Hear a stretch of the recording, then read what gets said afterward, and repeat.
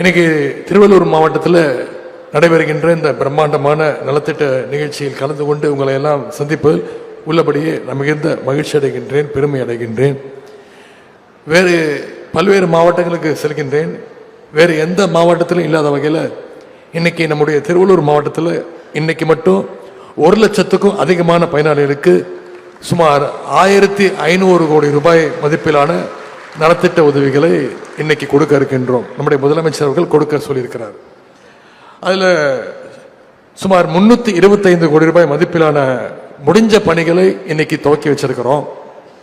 137 கோடி ரூபாய் மதிப்பில் புதிய பணிகளை இன்னைக்கு துவங்கி வச்சிருக்கிறோம். இங்கே ஒரு முக்கியமான விஷயத்தை உங்ககிட்ட நான் குறிப்பிட்டு சொல்ல வேண்டும்.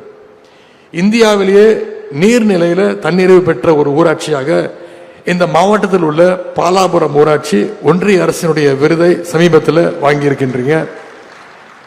அதற்காக உழைத்த மாவட்ட நிர்வாகத்திற்கும் அரசு அதிகாரிகளுக்கும் அலுவலர்களுக்கும் இதை சாத்தியப்படுத்த ஒத்துழைத்த பொதுமக்களுக்கும் குறிப்பாக பாலாபுரம் ஊராட்சியை சேர்ந்த பொதுமக்கள் அத்தனை பேருக்கும் இந்த நேரத்தில் என்னுடைய வாழ்த்துக்களையும் பாராட்டுகளையும் நான் தெரிவித்துக் கொள்கின்றேன்.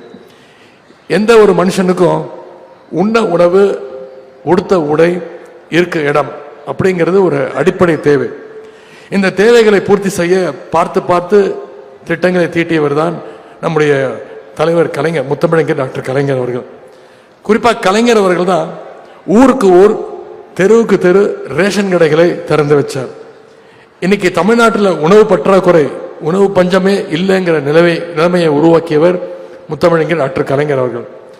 அதற்கு அடையாளமாகத்தான் இன்னைக்கு இந்த நிகழ்ச்சியில் மட்டும் 2000 பேருக்கு ரேஷன் அட்டைகளை இன்னைக்கு கொடுக்க இருக்கின்றோம்.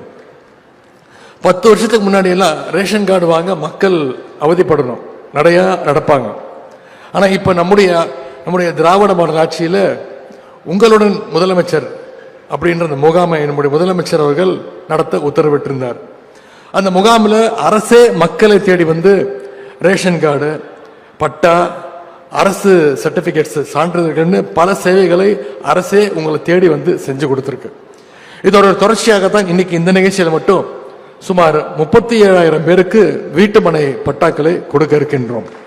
மிகப்பெரிய ஒரு சாதனை, மகிழ்ச்சியான தருணம். சமீபத்தில் கூட இந்த மாவட்டத்தில் நடந்த ஒரு நிகழ்ச்சியில நம்முடைய மாண்பு முதலமைச்சர் அவர்கள் கலந்து கொண்டு சுமார் 65,000 பேருக்கு வீட்டுமனை பட்டாக்களை வழங்கினார். இப்படி இந்த 4.5 வருஷத்துல மட்டும் தமிழ்நாடு முழுக்க சுமார் 20 லட்சம் பேருக்கு வீட்டுமனை பட்டாக்களை நம்முடைய அரசு வழங்கியிருக்கு. இது மிகப்பெரிய ஒரு சாதனை. பட்டாங்கிறது இந்த அரசு உங்களுக்கு தருகின்ற ஒரு சலுகை கிடையாது, அது உங்களுடைய உரிமை. பட்டா பெற்ற அனைவருக்கும் என்னுடைய வாழ்த்துக்கள். இன்னைக்கு உங்களுடைய சொந்த இடத்துல, சொந்த வீட்டில் நீங்க மகிழ்ச்சியா நிம்மதியா தூங்கலாம். இன்னொரு பிரச்சனை என்னன்னா, பட்டா இடம் இருக்கும் ஆனா ஒழுங்கான வீடு இருக்காது. சொந்த வீடுங்கிறது ஏழை மக்கள், நடுத்தர குடும்பத்து மக்களுக்கு மிகப்பெரிய ஒரு கனவாக, ஒரு ஏக்கமாகவே இருக்கும். இப்படி வீடற்ற மக்களுக்கு வீடு கொடுக்கணுங்கிறது தான் கலைஞர் அவர்கள் கொண்டு வந்த திட்டம். குடிசை வீடுகளை கான்கிரீட் வீடுகளை மாற்றுகின்ற அந்த திட்டம். அப்படிப்பட்ட நம்முடைய கலைஞருடைய பெயர்லேயே நம்முடைய முதலமைச்சர் அவர்கள் கலைஞர் கனவு இல்ல திட்டத்தை துவங்கி வச்சாரு, செயல்படுத்திட்டு இருக்காரு. இந்த திட்டத்தின் மூலம் வீடு கட்டுவதற்கான ஆணைகளை இன்னைக்கு சுமார் 4,000 பயனாளிகளுக்கு கொடுக்க இருக்கின்றோம். கலைஞர் கனவு இல்லம் தொடர்பாக ஒரு சின்ன விஷயத்தை இங்கே நான் உங்களுக்கெல்லாம் நினைவுபடுத்த விரும்புகின்றேன். சமீபத்தில் கல்வியில் சிறந்த தமிழ்நாடு அப்படிங்கிற நிகழ்ச்சி சென்னையில் நடத்தப்பட்டது. அதில் பல பேர் தொலைக்காட்சியில் பார்த்துருப்பீங்க, யூடியூப் சேனல்லாம் நிச்சயம் வந்திருக்கக்கூடிய தாய்மார்கள் நீங்கள் பார்த்துருப்பீங்க. அந்த நிகழ்ச்சியில் தென்காசி மாவட்டத்தை சேர்ந்த பிரேமாங்கிற ஒரு மாணவி பேசினாங்க. மழை பெஞ்சா ஒழுகிற பழைய வீட்டில் இருக்கிறதா அந்த மாணவி தன்னுடைய குறையை முதலமைச்சர் கிட்ட தெரிவிச்சாங்க. அவங்க பேசின, அந்த மாணவி பிரேமாங்கிற மாணவி பேசின அடுத்த 24 மணி நேரத்தில் அந்த மாணவியோட குடும்பத்திற்கு கலைஞர் கனவு இல்லம் திட்டத்தில் வீடு ஒதுக்கி நம்முடைய முதலமைச்சர் அவர்கள் அந்த மேடையிலேயே உத்தரவிட்டாங்க. பேப்பர்ல உத்தரவு போட்டதோட நிக்கல, அவங்க ஊருக்கே போய் வீடு கட்டுகின்ற அந்த பணியை ஆய்வு செஞ்சு அந்த மாணவிக்கு அந்த வீடை கொடுத்து வாழ்த்தினார் நம்முடைய முதலமைச்சர்கள்.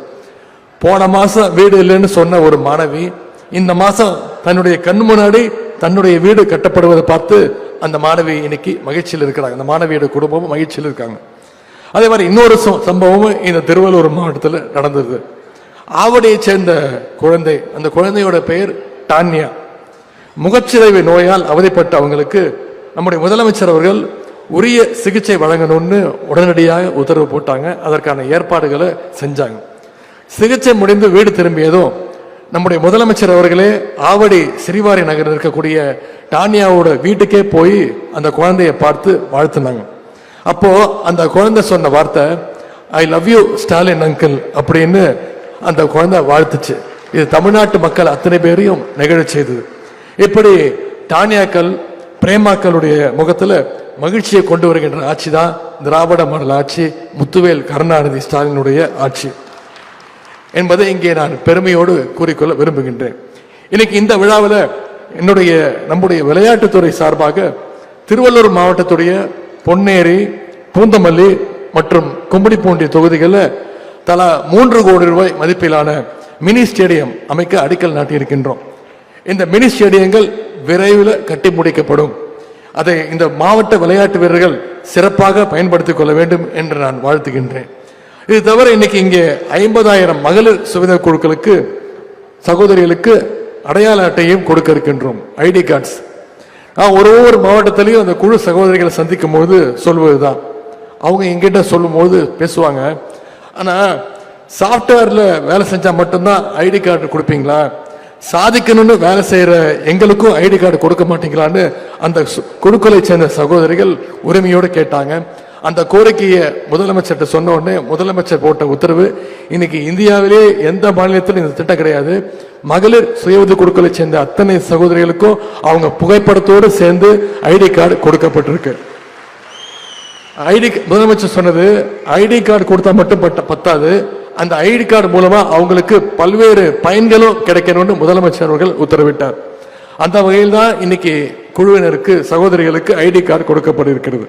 இதன் மூலமா குழு சகோதரிகள் உங்களுடைய தயாரிப்பு பொருட்கள், நீங்கள் செய்கின்ற அந்த பொருட்களை வேற ஊர்களுக்கு சென்று விற்கணும்னா 25 கிலோ வரைக்கும் அரசு பேருந்துகள்ல 100 கிலோமீட்டர் தூரத்திற்கு எந்தவித கட்டணமும் இல்லாம உங்களுடைய நீங்க தயாரிக்கின்ற பொருட்களை நீங்கள் எடுத்து செல்லலாம்.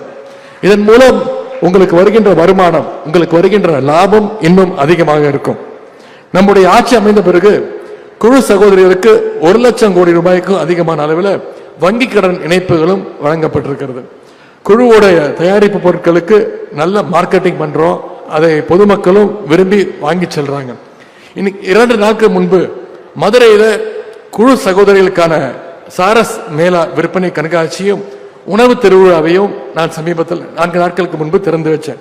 இப்படி குழுவில் இருக்க சகோதரிகளுக்கு மட்டுமல்ல, தமிழ்நாட்டுடைய ஒட்டுமொத்த மகளிருக்கும் ஏராளமான திட்டங்களை நம்முடைய அரசு செஞ்சிட்டு இருக்கு. உதாரணத்திற்கு விடியல் பயணம் திட்டம் 4.5 வருஷத்துக்கு முன்னாடி நம்முடைய ஆட்சி பொறுப்பு வந்த உடனே நம்முடைய முதலமைச்சர் பொறுப்பு ஏற்ற உடனே அவர் போட்ட முதல் கையெழுத்து, இங்க வந்திருக்கக்கூடிய மகளிர் உங்களுக்கான கையெழுத்து, அதுதான் விடியல் பயணம் திட்டம். இந்த திட்டத்தின் மூலம் ஒவ்வொரு மகளிரும் மாசம் 900 ரூபாயிலிருந்து 1000 ரூபாய் வரைக்கும் சேமிக்கிறாங்கன்னு புள்ளி விவர கணக்குகள் சொல்லுகின்றது.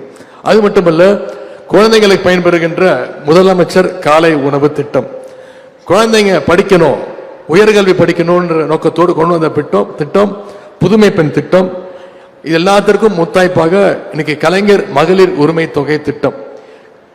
ஒவ்வொரு மாசமும் 1,15,00,000 மகளிருக்கு மாசம் 1000 ரூபாய் நம்முடைய முதலமைச்சர் அவர்கள் உரிமை தொகையாக கொடுத்துட்டு இருக்கிறார்.